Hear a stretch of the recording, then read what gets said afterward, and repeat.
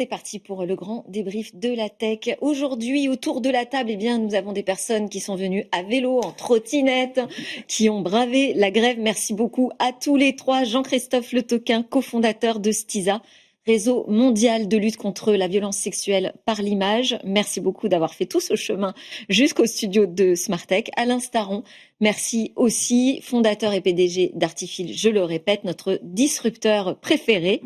Merci Alain également de nous avoir rejoints. Et Nothing Duck qui est nouveau dans l'exercice du débrief.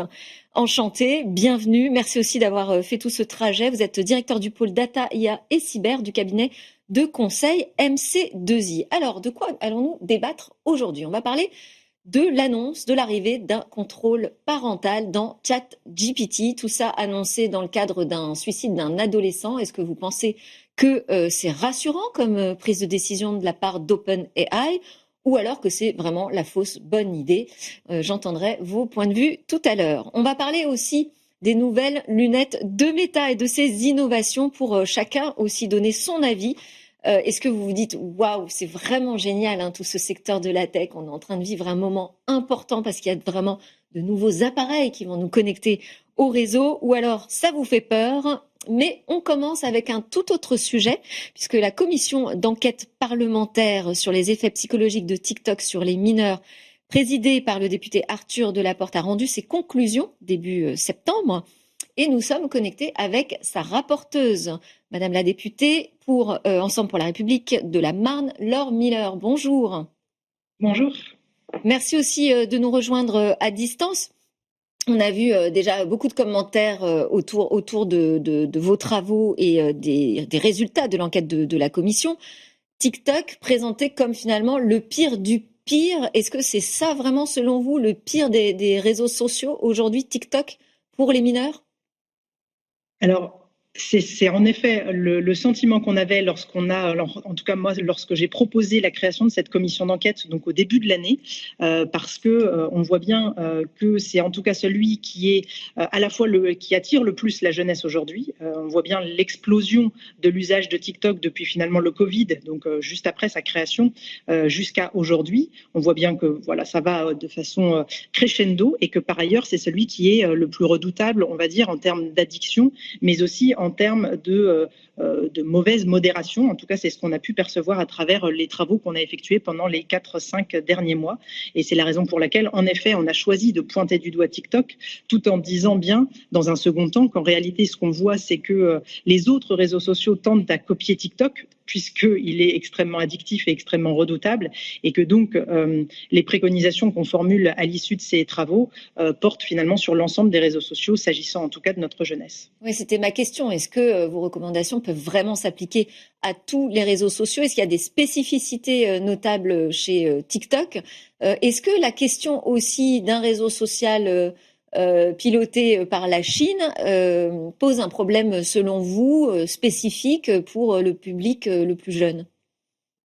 Alors oui, pour répondre à vos questions, en effet, TikTok, ce qu'on a mis en évidence, c'est deux éléments qui nous semblent faire partie intégrante de sa stratégie et qui sont, comme je le disais, copiés par les autres. Le premier, c'est le design qui est extrêmement addictif. Finalement, TikTok, ce sont les premiers à avoir conçu cette idée de vidéo qui défile de façon infinie en mode plein écran sur nos téléphones et qui, en effet, nous conduisent à rester très, très longtemps parce que c'est un peu comme le phénomène des machines à sous. Comme vous ne savez pas quelle est la vidéo qui va suivre, vous avez envie de rester et finalement, vous partez pour 15 minutes et puis vous restez finalement 2 heures. En tout cas, c'est ce qui se produit chez nos jeunes. Et le deuxième élément redoutable chez eux, c'est l'algorithme qui est très singulier, qu'on ne connaît d'ailleurs pas très bien puisqu'il y a beaucoup de secrets autour de leur algorithme, mais qui est un algorithme très enfermant qui arrive à capter toutes les 4-5 secondes des éléments supplémentaires sur nous, sur ce qu'on est, sur ce qu'on a envie de voir et qui fait que, en tout cas chez les très jeunes, il y a un côté très enfermant qui va parfois jusqu'au pire puisque les contenus sont beaucoup de contenus trash, de contenus radicaux, et c'est ce qui enferme. Et pour répondre à votre dernière question, en effet, et ça pour le coup, c'est un travail qui avait été fait par les sénateurs, qui avaient aussi fait l'année dernière une commission d'enquête, mais qui était vraiment ciblée sur la question des ingérences étrangères. Oui. Et en effet, on peut quand même se poser la question. Ils ont un TikTok qui s'appelle Douyin chez eux, qui est extrêmement limité et extrêmement contrôlé vis-à-vis de leur jeunesse, puisqu'il y a des contenus éducatifs, puisqu'ils il s'éteint à 22h le soir pour laisser les enfants dormir notamment. Et chez nous, il nous envoie un TikTok qui est complètement débridé. Jean-Christophe, je voulais vous faire réagir sur la partie contenu dangereux, parce que lors de l'enquête ont été mis en avant, par exemple, des contenus incitant à l'automutilation chez les jeunes. Est-ce qu'il vous semble aussi que c'est le pire du pire, TikTok, aujourd'hui, sur la diffusion de contenus dangereux, délétères pour la jeunesse ? Effectivement, comme ils sont très populaires auprès des jeunes, forcément, donc tout ce qu'ils font, et étant les premiers, les leaders, ils veulent le garder, forcément ce qui va pouvoir dériver va se retrouver sur TikTok. Mais comme l'a dit Madame la députée, les autres n'ont qu'une pensée, c'est arriver à retrouver la même efficacité, je dirais, commerciale, je dirais, traditionnelle, et qui va donc effectivement pouvoir arriver aux mêmes dérives. Donc c'est extrêmement important d'avoir une vision globale et effectivement, viser et transformer TikTok en bouc émissaire, c'est leur rhétorique, c'est comme ça qu'ils le vivent en fait, n'est pas le plus efficace. Ça a été une enquête houleuse en plus, hein, je vois Alain réagir. Oui. Oui, en fait, effectivement, TikTok est en tête. Effectivement, les autres veulent le copier. Et donc, le meilleur moyen d'éviter la copie, c'est d'arrêter TikTok. Sinon, la dérive va continuer à l'infini. Oui, c'est-à-dire que quoi, que ça sert de leçon aux autres, c'est ça ? Non. Si on voit que c'est un danger, et même si on suppose sans en être sûr que c'est un danger, qu'est-ce qu'on veut ? On va attendre qu'il y ait beaucoup plus de suicides pour dire « Ah oui, vraiment, il faut l'arrêter ». Moi, il y a un principe de précaution qui devrait s'appliquer aussi. J'entends déjà donc pour l'interdiction de TikTok. C'est moi. Au moins de 15 ans ? Au moins de 15 ans. Moins de 15 ans. Enfin, dès qu'ils ont pas. Ouais. Et l'autre truc que je trouve vachement bien dans le rapport, c'est d'avoir créé un. Non, c'est pour l'autre sujet, c'est pas pour celui-là. Avant de faire ce petit tour de table sur pour-contre, hein, je voulais revenir sur l'enquête quand même, qui a été, je disais, assez houleuse avec des influenceurs plutôt rétifs, hein, pour être gentil. En tout cas, c'était des influenceurs aussi qui étaient sur la sellette, donc ils arrivaient en position défensive. Est-ce que vous avez le sentiment, parce qu'on en a vu certains claquer la porte, entre guillemets, enfin en tout cas se déconnecter pendant leur audition, est-ce qu'il vous semble quand même qu'il y a un début de prise de conscience de l'impact qu'ils peuvent avoir auprès de leur public, Laure Miller ? Alors, je ne sais pas si j'irai jusque-là. Oui, ils étaient en effet très lucides sur... tous ont dit, d'ailleurs, qu'ils préconisaient d'interdire l'application, donc d'interdire TikTok aux plus jeunes, parce que tous ont bien conscience et nous expliquaient que, finalement, ce sont les contenus, comme je le disais, qui sont les plus problématiques, qui sont les plus payants, les plus rémunérateurs, que la plateforme pousse.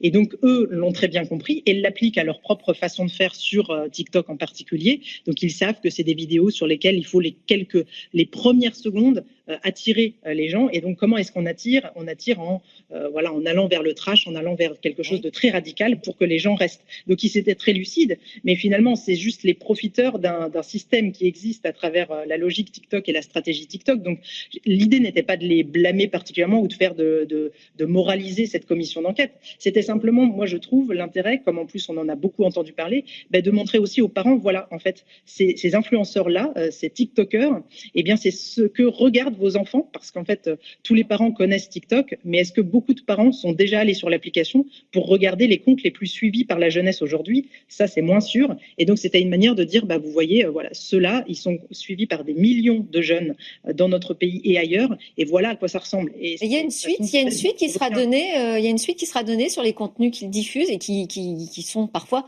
vraiment problématiques. Il y a déjà des suites qui ont été données, vous savez. Alors, je veux pas faire de la publicité, mais par exemple, Adé Laurent qui diffuse des contenus à caractère très sexuel et avec une vision de la femme extrêmement contestable. Lui a été masculiniste et il y en avait d'autres. Lui, par exemple, a été banni de la plateforme. Seulement, est-ce que c'est vraiment le rôle soit d'un parlementaire, soit d'une ministre de devoir faire le tri dans une masse de contenus problématiques et d'interpeller TikTok pour qu'il daigne retirer de la plateforme des contenus problématiques? Je ne crois pas. Donc ça montre justement qu'il y a un vrai problème structurel et que TikTok ne fait pas l'effort et n'a pas une modération satisfaisante dans les contenus qu'il diffuse et qu'il le fait sciemment parce qu'en fait ce sont des contenus qui lui rapportent de l'argent. Nossim. Oui. Quel est votre avis sur cette affaire ? Faut-il ou non interdire ou limiter à certains contenus, je ne sais pas, ce réseau social TikTok au moins de 15 ans ? Je vais dire quelque chose qui est un petit peu contre nature pour moi, parce que je suis un professionnel du numérique et un passionné du numérique. Je vais dire oui, par le principe de précaution que j'ai déjà entendu. Oui, et chez moi, il n'est pas autorisé par mes enfants. 15 ans, ça vous semble le bon âge comme limite? Il y a un débat là-dessus, parce qu'évidemment, est-ce que 15 ans, est-ce que c'est 16 ans, est-ce que c'est 17 ans? En tout cas, factuellement, aujourd'hui, la majorité numérique en France est de 15 ans, donc c'est un bon repère. Officiellement, mais alors c'est pas vraiment mis en œuvre. Oui, c'est le problème aujourd'hui. Effectivement, le contrôle de l'âge aujourd'hui, les technologies existent, mais elles sont au bon vouloir des personnes qui veulent les déployer, et ce n'est pas correctement déployé. Je dirais, sur un principe de précaution, non, il faut l'interdire, mais je dirais que ce n'est pas suffisant. Il y a toutes les propositions qu'a fait Madame la députée, qui sont la sensibilisation, le fait d'en parler. Ça, c'est très important, parce qu'il faut que les parents et les jeunes comprennent en fait l'impact. C'est pour moi un travail de fond. Mais effectivement, à très court terme, c'est un produit qui peut être nocif. Jean-Christophe, pour ou contre l'interdiction de TikTok aux moins de 15 ans? Nous, on n'a pas de. Enfin, je pense qu'il est surtout pour collecter l'information. Je pense que ce qui est important et ce qui est presque abordé dans le rapport, et pas tout à fait, c'est essentiel d'arriver à faire cette remontée de terrain qui a été faite par la Commission, venant des associations, des signataires de confiance, des experts. Et aujourd'hui, je crois qu'on ne comprend pas assez l'importance que cette information de terrain remonte vers les autorités et vers le politique français, en fait, pour qu'on sache dire. Parce qu'en fait, les plateformes, elles sont noyées par l'information, par leur propre information. Et la manière d'avoir de l'impact sur elles, c'est de leur remettre sous le nez les informations qu'elles trouvent. Et ce rapport est hyper utile pour ça et va rester, je pense, pour TikTok. Et ils vont mettre du temps à le digérer, mais ils vont le digérer. C'est qu'elle met sous leur nez ce qu'ils ne veulent pas forcément voir parce qu'il y a des priorités de business, de concurrence, etc. Et ils les obliger à traiter chaque cas, finalement. Et puis de construire un système où on va pouvoir comprendre le terrain, ce que voient les parents, les enfants, et d'amener cette réalité devant la collectivité. Oui. TikTok a une société sœur en Chine qui fait pas ça du tout. Donc, je pense au contraire, il faut qu'on arrête d'être naïf. Ils sont particulièrement lucides. C'est de la soft power. Ils sont là pour nous dézinguer et ils le font. Donc, ou bien ils nous remettent les contenus chinois que j'ai vus qui sont géniaux. C'est une façon de mettre la pression en disant, nous voilà, il y a ça qui on coupe à 22h, on coupe à 22h TikTok, ça c'est facile, c'est pour tout le monde. On cherche à mettre en place des contrôles d'âge, mais on sait bien que c'est pas forcément facile. Et effectivement, on peut aussi travailler sur les contenus, mais qui copie le TikTok chinois, que je trouve vachement bien, moi. Mais c'est une politique, c'est justement aux politiques occidentales de faire ce que font les autres gouvernements. Je veux dire, c'est une question éminemment politique et il y a un autre chemin qui a été choisi par les États-Unis, c'est de dire finalement on prend un contrôle encore plus important sur cette plateforme, à la fois sur les données qui sont collectées et utilisées, mais aussi même sur l'algorithme maintenant sera vraiment piloté par les Américains et non plus par la Chine.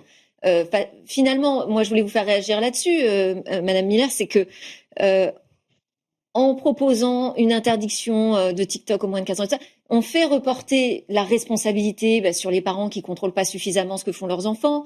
On empêche des utilisateurs de 15 ans qui ont quand même peut-être envie de pouvoir se connecter aux réseaux sociaux avec leurs amis. Mais en revanche, quelle pression on met sur cette plateforme TikTok? Est-ce qu'on manque pas un petit peu de volonté justement vraiment politique de s'attaquer directement aux plateformes? Mais je pense qu'on peut et on doit d'ailleurs sur ce sujet mener plusieurs combats de front. C'est-à-dire le fait d'interdire demain la plateforme pour les moins de 15 ans et toutes les plateformes de réseaux sociaux pour les moins de 15 ans, c'est, comme plusieurs l'ont dit sur le plateau, un principe de précaution et de protection de notre jeunesse. C'est-à-dire on sait qu'à court terme, ça nous permet d'éviter qu'il y ait d'autres drames et d'éviter que nos jeunes soient, encore une fois, biberonnés à des contenus qui sont pour beaucoup nocifs et qui ne leur font pas du bien. Et en revanche, ça ne doit pas nous exonérer, vous avez raison, d'un combat à plus large échelle, mais qui prend un petit peu plus de temps, il faut bien le dire, à l'échelle de l'Union européenne, qui est en effet d'imposer un pluralisme algorithmique qui est évidemment essentiel, on le voit bien, de reprendre la main en effet sur pas forcément sur ces plateformes, mais de nous créer aussi des plateformes, des réseaux sociaux éthiques qui seraient on pourrait interdire occidentale, d'origine de l'Union européenne. On pourrait interdire le scroll infini, Madame la députée par exemple, on pourrait décider que c'est une pratique que l'on ne tolère pas sur les réseaux sociaux. On pourrait décider aussi de prendre le contrôle, nous aussi, sur ces algorithmes, ou en tout cas d'exiger une véritable transparence. Enfin, il y a des choses à faire, aussi. Oui, il y a des choses techniquement, bien sûr, mais je dirais que le sujet est compliqué. Et comme tout combat compliqué, il se gagne sur plusieurs fronts, en fait. Et je voudrais revenir sur un front qui a été cité dans le rapport et qui a été un petit peu dévoilé. C'est aussi sur la responsabilisation de tous les acteurs, la responsabilisation des parents. On peut pas toujours reporter la faute aux parents. Il y a la responsabilité des plateformes, on en a beaucoup parlé, mais je pointe aussi la responsabilité des producteurs de contenu. Si moi demain j'incite au suicide, je suis pénalisé. Ouais. Il faut que les producteurs de contenu qui font des contenus qui sont jugés illicites soient pénalisés. Ouais. Aujourd'hui, il y a une zone quasiment de non-droit, et en tout cas, on ne se sent pas concerné. Et on se sent pas inquiété quand on fait des choses qui sont un peu border, parce que ça nous rapporte de l'argent. Donc je pense qu'il faut responsabiliser tous les acteurs de la chaîne, du producteur jusqu'au consommateur. En tout cas, on peut vous féliciter pour ce travail, cette commission d'enquête, Laure Miller. Merci beaucoup d'avoir été avec nous. Je rappelle que vous êtes député de la Marne, Ensemble pour la République. Merci encore. Merci beaucoup. On continue à parler de la protection des mineurs, puisqu'il y a eu cette annonce d'arrivée, de lancement d'un contrôle parental dans ChatGPT. OpenAI a pris cette décision à la suite d'une affaire dramatique, le suicide d'un jeune de 16 ans aux États-Unis, dont les parents accusent ChatGPT en fait de l'avoir encouragé dans sa dépression et jusqu'à l'acte fatal. Alors, ce contrôle parental dans le chatbot mis en place par l'IA générative d'OpenAI, ça vous semble être une bonne idée ou vraiment une fausse bonne idée? Qui veut donner son avis en premier? Allez, Alain. Sur le principe, moi, j'adhère, mais j'ai une confiance peut-être exagérée dans les capacités des algos. Le principe, c'est quoi? Le principe, c'est d'arriver à comprendre à travers les échanges quel est l'âge mental, pas civil, l'âge mental de l'interlocuteur. Bon. Et la deuxième chose, c'est être capable de détecter des dérives de dépression, et voire pire. Bon. Donc moi, je trouve que sur le principe, c'est une bonne idée. Il y aura comme toujours des erreurs, il y aura des faux positifs, il y aura des faux négatifs, donc il faut se préparer à ça. Mais enfin, on vient d'une situation où il n'y a rien. Donc c'est de toute façon pas idiot. Voilà. Et l'autre chose que je trouve bien, et je ne sais pas si c'est vraiment faisable, c'est comme il faut s'inscrire pour avoir un compte sur ChatGPT, si on est mineur, qu'avoir un compte parent, c'est ça. Ça permet de renforcer. On dit tous, les parents doivent se responsabiliser. Là, là, ils donnent un outil. Je trouve ça bien. Jean-Christophe. Toute évolution qui vise à améliorer la sécurité et l'intégrer dans les services est forcément une bonne chose en soi. Quand on regarde le monde automobile, la ceinture de sécurité en France, c'est 1973.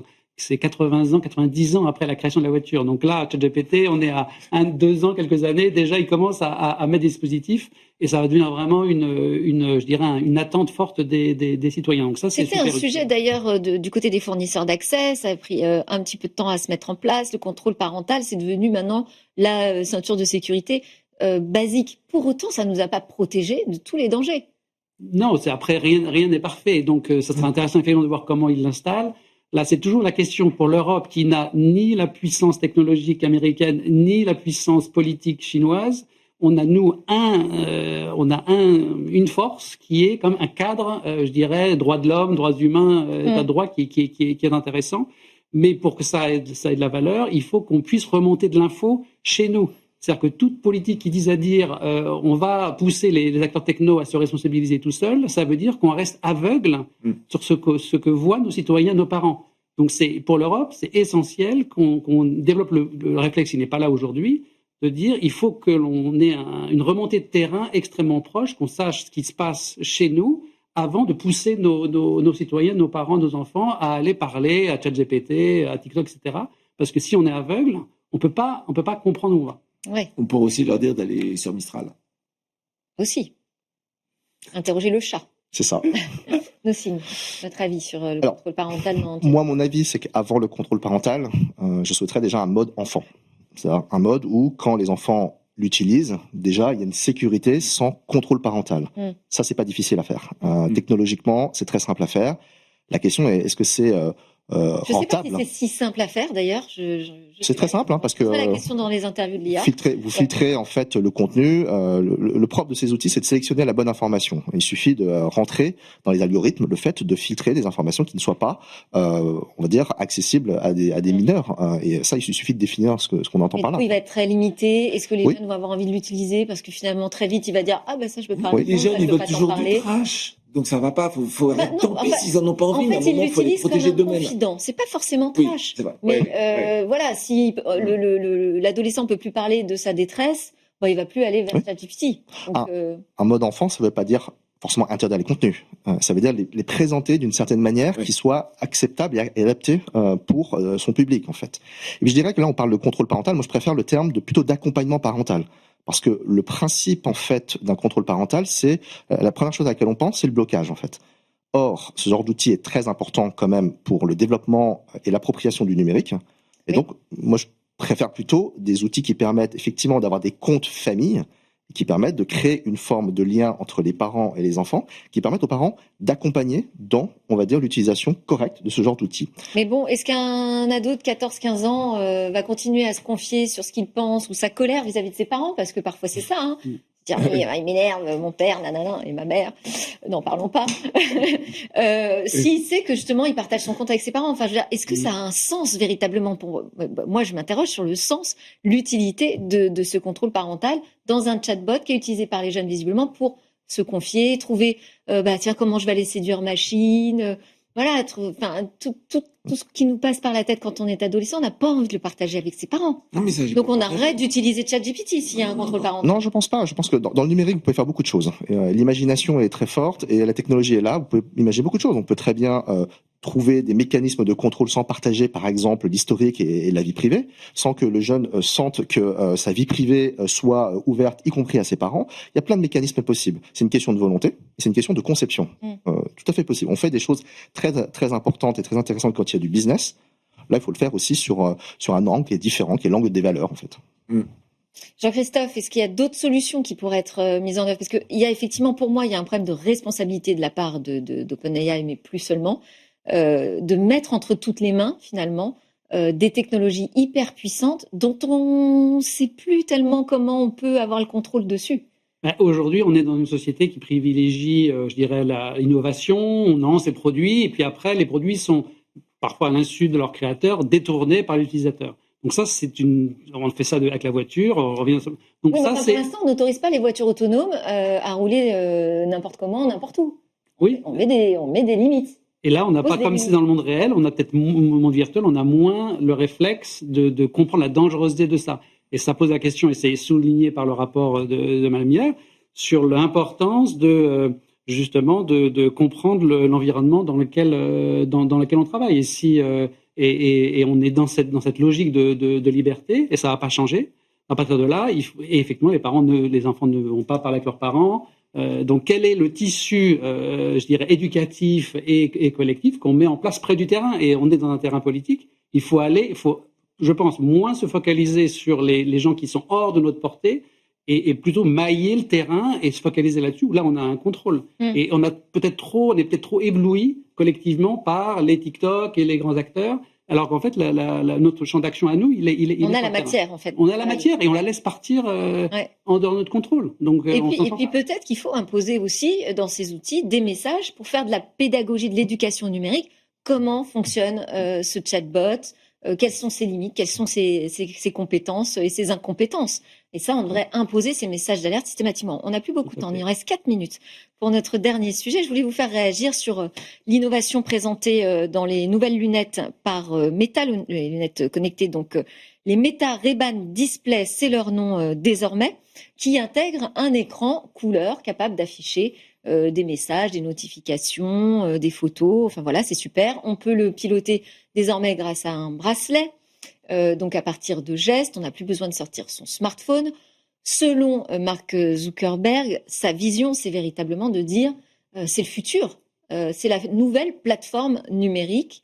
Ça peut se substituer, on imagine, demain au téléphone, aux montres connectées. Quel est votre avis? Vous vous dites waouh, c'est vraiment ça l'avenir? Vous croyez à cette vision aussi? Alors, Oui, à titre personnel, oui. Ok. Je suis un technophile et je comprends la vision de Mark Zuckerberg, qui est une vision qui consiste à mélanger le réel et le virtuel. Et effectivement, Mark Zuckerberg considère que le smartphone qui se consomme à travers un écran, qui par définition bloque en fait l'interaction entre deux personnes, c'est étymologiquement le principe d'un écran, considère qu'on doit avoir des objets qui permettent une communication fluide en fait. Et il mise beaucoup effectivement sur les lunettes et les casques. Je dis waouh, mais l'aspect temporel est important. Je pense qu'on est encore un petit peu tôt dans l'adoption de ce type d'usage. Ce qui a été présenté, c'est effectivement l'apparition du Meta Display, qui a deux nouveautés. Afficher des choses sur un écran, un verre, des vidéos, des images en couleur sur un verre. Et puis une autre innovation qui est très importante, qui est le bracelet, le fameux Neural Wristband, qui permet, avec une technologie à base d'électromyographie, c'est un petit peu compliqué, permet d'interpréter les signaux électriques du poignet, et donc qui permet de piloter avec la main gauche par exemple, avec les gestes de la main, qui permet de piloter le device. Ça effectivement, ils souhaitent rentrer dans un nouveau paradigme, qui est le paradigme en fait d'une IHM renouvelée, qui ne soit plus clavier, souris, écran, que ce soit interface homme-machine. Voilà, exactement. Ok. Jean-Christophe? Ça me paraît une évolution ergonomique. Je vois pas encore la révolution des usages et j'anticipe déjà, mais c'est sans doute la déformation professionnelle, effectivement la dérive en termes d'usage, c'est-à-dire comment cette nouvelle interface peut permettre, alors le cas classique de commettre des abus ou d'aller plus loin dans la violation de la vie privée des personnes en filmant à leur insu. Donc effectivement, quand on filme, il y a une petite lumière qui s'allume, mais on peut aussi l'occulter. Oui. J'anticipe déjà je dirais les dérives possibles. Mais sur le fond, pour l'instant, oui, ok, technologiquement, c'est une vraie nouvelle dimension. Mais sur un plan d'ergonomie, on regarde un téléphone, on regarde la personne à travers un écran, le regard est quand même troublé de toute manière. Donc, je vois pas encore l'impact, je dirais, la révolution sociétale derrière regarder son téléphone. En plus, l'avantage, c'est qu'on voit la personne sortir son téléphone, donc on se dit, ok, là, elle ne m'écoute plus. Voilà. Alors que lorsqu'elle consulte sur son écran dans la lunette, mais ça se verra aussi, parce qu'on verra bien que le regard se floue. Tiens, il a un regard un peu voilà. Donc ça va aboutir au même résultat. Ça va transformer quand même nos relations sociales, ça, c'est évident. Alain, le disrupteur, il trouve ça génial, forcément, non? Moi, je dis que c'est évident de la part de plateformes. Leur objectif, c'est quoi? C'est d'augmenter leur audience. Point. Donc, on peut imaginer toutes les technos du monde. Leur objectif premier, c'est pas de révolutionner les usages. Leur objectif premier, c'est d'augmenter le taux d'addiction, d'adhérence, de fidélité à leur plateforme. Et ça, c'est très embêtant. Que Ray-Ban le fasse tout seul, très bien. Que Meta le fasse avec Ray-Ban, ça me pose un peu plus de questions. Donc, il y a un premier sujet il faut pas se tromper, c'est d'abord du business.